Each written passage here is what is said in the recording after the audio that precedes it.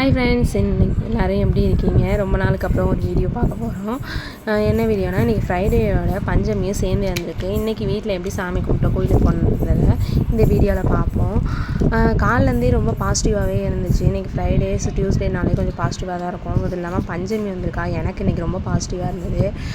வீட்டில் சாமிக்கு சாமி படங்கள் விளக்கு எல்லாத்தையும் நல்லா கழுவிட்டு துடைச்சிட்டு பன்னீர் கலந்து மஞ்சள் குங்குமம் வச்சாச்சு. அதுக்கப்புறம் கோலம் மஞ்சளில் கோலம் போட்டு சுற்றி பச்சரிசி மாவால் கோலம் போட்டிருந்தேன். அதுக்கப்புறம் ஈவினிங் ஒரு 7 போல் நாகேஸ்வரன் கோயிலுக்கு போயிட்டு சாமி கும்பிட்டுட்டு அப்புறம் வந்துட்டோம். இன்றைக்கி வராகி அம்மனுக்கு நல்லா அலங்காரம் பண்ணி அபிஷேகம் ஆராதனைலாம் பண்ணியிருந்தாங்க. அதுக்கப்புறம் கொஞ்சம் நேரம் கோவிலில் உட்காந்து இருந்தோம். பிரசாதம்லாம் வாங்கி சாப்பிட்டுட்டு கொஞ்சம் பீஸ்ஃபுல்லாக இருந்தது. என்னன்னு தெரியல, எனக்கு ரொம்ப நல்லா இருந்துச்சு, பாசிட்டிவாக. அதுக்கப்புறம் வீட்டுக்கு கிளம்பலான்னு பார்த்தா ஒரு 7:30 போலலாம் மழை வந்துட்டு, அந்த மழையிலையும் பரதநாட்டியம்லாம் குழந்தைங்க ஆடிக்கிட்டு இருந்தாங்க. பார்க்கறதுக்கு ரொம்ப அழகாக இருந்தது.